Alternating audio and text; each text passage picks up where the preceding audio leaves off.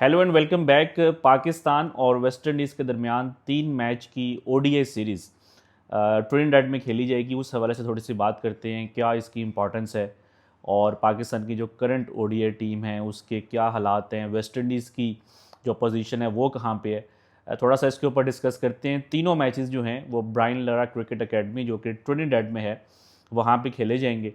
और पाकिस्तान क्योंकि ODI cricket बहुत कम खेलता है और पाकिस्तान के कुछ ऐसे प्लेयर्स जो कि हमें मोस्टली ओडीआई क्रिकेट या टेस्ट मैचेस में ही नज़र आते हैं, the likes of Babar Azam, the captain Mohammad Rizwan, to an extent Shaheen Afridi भी जो है वो ज़्यादा हमें ओडीआई क्रिकेट ही खेलते हुए दिखाई देते हैं।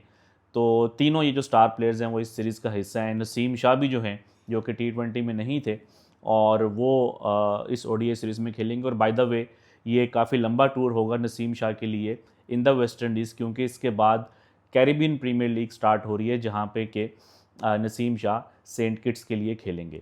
अगर हम ओडीआईज़ को देखें तो पाकिस्तान, आई थिंक ये कहा जा सकता है कि जो तीनों फॉर्मेट्स हैं, जो 3 फॉर्मेट्स हैं, टेस्ट मैचेस, ओडीआईज़ एंड T20s, उसमें अगर पाकिस्तान की टीम थोड़ी सी किसी फॉर्मेट में बेहतर है तो वो ओडीआई क्रिकेट में ही है। आई नो कि लोग थोड़ा सा मे भी इसे डिसएग्री करें क्योंकि पाकिस्तान की चैम्पियंस ट्रॉफी जो है वो अच्छी नहीं गई थी। पाकिस्तान उसमें दोनों मैचेस हार गया था और तीसरा मैच वॉश आउट हो गया था। सेमीफाइनल में पाकिस्तान ने क्वालिफाई नहीं किया था। बट अगर आप उसे थोड़ा सा पहले जाएँ तो पाकिस्तान ने ऑस्ट्रेलिया को ऑस्ट्रेलिया में हराया और साउथ अफ्रीका को 3-0 सीरीज़ हराई थी साउथ अफ्रीका में। कुछ लोग ये सोच सकते हैं कि बायलैटरल सीरीज़ थी या वो वीक टीम्स थी, बट देन इन्हीं बायलैटरल सीरीज़ में और इन्हीं वीक टीम्स के अगेंस्ट पाकिस्तान जो है वो T20 सीरीज़ भी नहीं जीतता। दैट मीन्स कि पाकिस्तान की जो ओडीआई टीम है that is at least better than their T20 team. और ऑस्ट्रेलिया के जो पहले 2 मैचेस थे उनमें तो उनकी फुल स्ट्रेंथ टीम थी। और इसी तरह आई थिंक साउथ अफ्रीका को उनकी होम कंडीशंस में जाके 3-0 हराना, ये पाकिस्तान जो है वो वनडे क्रिकेट में थोड़ा सा बेहतर परफॉर्म करता है। और यही वजह है कि करंटली पाकिस्तान की जो ओडीआई रैंकिंग्स हैं उसमें नंबर 4 के ऊपर पोजीशन है करंटली, और वेस्ट इंडीज़ जो है वो नंबर 10 के ऊपर है। और ये एक बहुत बड़ी रीज़न है जिसकी वजह से वेस्ट इंडीज़ कीन है कि वो वनडे क्रिकेट खेले। अगर आप लोगों को याद हो, आज से 2-3 हफ्ते पहले या 1-2 महीने पहले कुछ इस तरह की बातें हो रही थी कि शायद इस सीरीज़ को भी जो है वो T20 में कन्वर्ट कर दिया जाए। बट वेस्ट इंडीज़ क्योंकि आगे जो वर्ल्ड कप होना है साउथ अफ्रीका, जिम्बाब्वे और नमीबिया में 2027 में, उसकी जो क्वालिफिकेशन है, direct qualification, that is based on the rankings. और उसकी जो कट ऑफ डेट है वो कोई मार्च 2027 के आसपास होगी।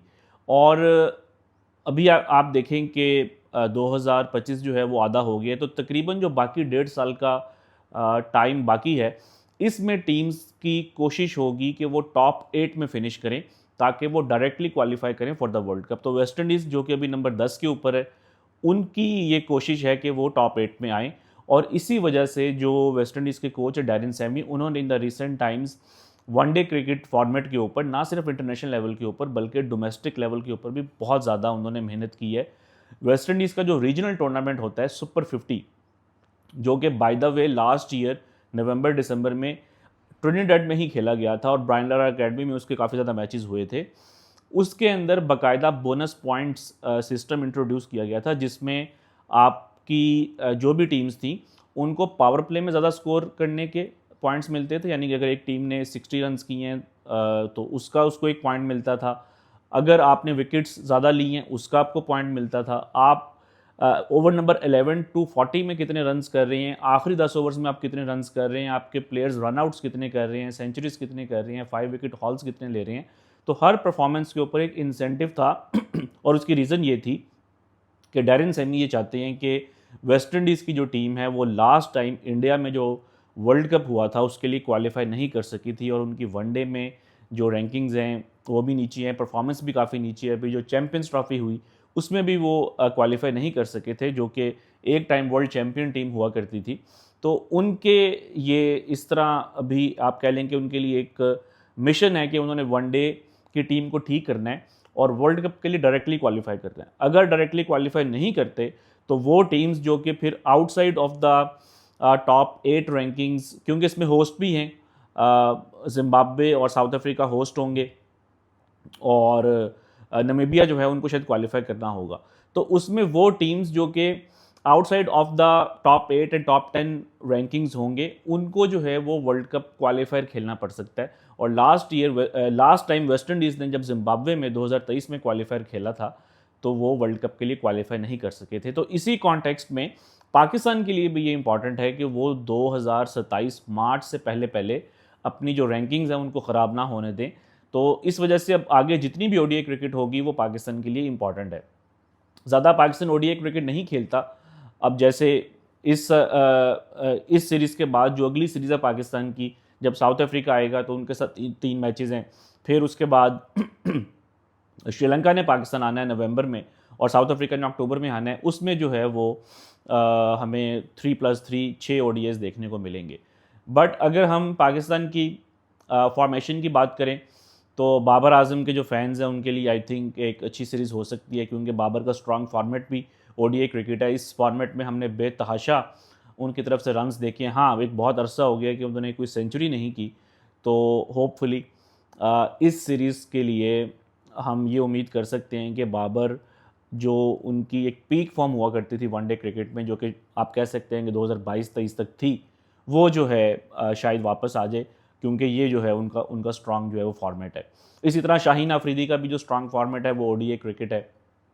देन मोहम्मद रिजवान, हमें पता है कि उनकी वर्ल्ड कप में जो है बहुत अच्छी परफॉर्मेंस है 2023 में। उसके अलावा भी जो उन्होंने वनडे क्रिकेट खेली है उसमें काफ़ी उनकी अच्छी परफॉर्मेंसेज है। हाँ, थोड़ा उनके बैटिंग ऑर्डर को लेकर बात होती है कि उनको 4 पे आना चाहिए, 5 पे आना चाहिए। इस सीरीज़ में पाकिस्तान के जो एक मेन बैटर हैं फ़खर जमान, वो अवेलेबल नहीं होंगे। वो इंजरी का शिकार हो गए थे T20 सीरीज़ में और उनको वापस आना पड़ा। उनकी गैर मौजूदगी में पाकिस्तान ने कोई रिप्लेसमेंट ऐड नहीं की, क्योंकि पाकिस्तान का 16 मेंबर स्क्वाड था, तो you already have 15 players. Replacement announce नहीं की, लेकिन अब्दुल्ला शफीक जो कि चैम्पियंस ट्रॉफी में नहीं खेले थे, उनकी जो है वो वापसी हो सकती है। और एक इंटरेस्टिंग मूव होगी कि अब्दुल्ला शफीक और साइम अयूब ओपन करें। उसके बाद बाबर आजम जो चैम्पियंस ट्रॉफी में ओपनर थे, वो आई थिंक के दोबारा नंबर 3 के ऊपर जाएंगे। देन आई पर्सनली थिंक के 4 के ऊपर सलमान आगा को होना चाहिए। पाकिस्तान की जो टीम है दे थिंक के रिजवान को होना चाहिए। तो बट ये जो पोजीशंस हैं आई थिंक कि ये थोड़ा सा ऊपर नीचे हो सकती हैं। देन एक और जो पाकिस्तान को चीज़ देखना है कि पाकिस्तान ने हसन नवाज़ को वनडे टीम में ऐड किया। हमें पता है कि हसन नवाज़ ने पीएसएल में और इंटरनेशनल T20s में मिडिल ऑर्डर में आके अच्छी बैटिंग की है, स्पिनर्स को भी वो अच्छा खेले हैं। तो वो में भी जो पाकिस्तान एक फिनिशर को देखता है कि नंबर 6-7 पे किसको होना चाहिए। पाकिस्तान ने खुशदिल को भी ट्राई की है। पाकिस्तान ने पास्ट में जो है वो आप कह लें कि इन पोजीशंस पे आसिफ अली को भी ट्राई किया।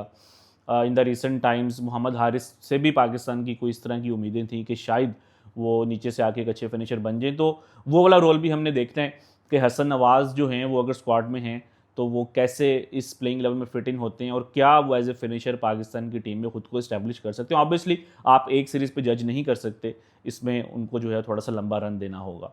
बट आई थिंक ओवरऑल जो है वो पाकिस्तान के प्लेयर्स के लिए एक बहुत अच्छी अपॉर्चुनिटी है कि जो उनका स्ट्रॉन्ग फॉर्मेट है वो उसमें खेलें, और कह लें कि एक विनिंग मोमेंटम भी जो है वो गेन करें, क्योंकि इसके बाद जो है वो आगे बहुत इंपॉर्टेंट सीरीज़ हैं, ट्राई सीरीज़ है और एशिया कप है। और आई हैव अ फीलिंग कि ये जो ओडीआई सीरीज़ है इसमें अब्दुल्ला शफीक एंड बाबर आजम, इनमें से जो प्लेयर अच्छा परफॉर्म करेगा, I think there is a strong possibility कि वो फिर पाकिस्तान की T20 टीम में आ जाए। आई नो कि आप लोग कहेंगे कि ये डिफरेंट फॉर्मेट्स हैं, बट आई थिंक कहीं ना कहीं ये चीज़ मैटर करती है। और फ़खर जमान क्योंकि इंजर्ड हैं, तो अगर वो एशिया कप के लिए अवेलेबल नहीं होते तो हो सकता है कि बाबर आजम या अब्दुल्ला शफीक में से एक प्लेयर जो है वो पाकिस्तान की T20 टीम में आ जाए। होपफुली आपको ये बातें और ये जो फैक्ट्स थे कुछ पसंद आए होंगे। कीप वॉचिंग टैप मैड, हम आपसे मिलते रहेंगे विद सम न्यू एनालिसिस।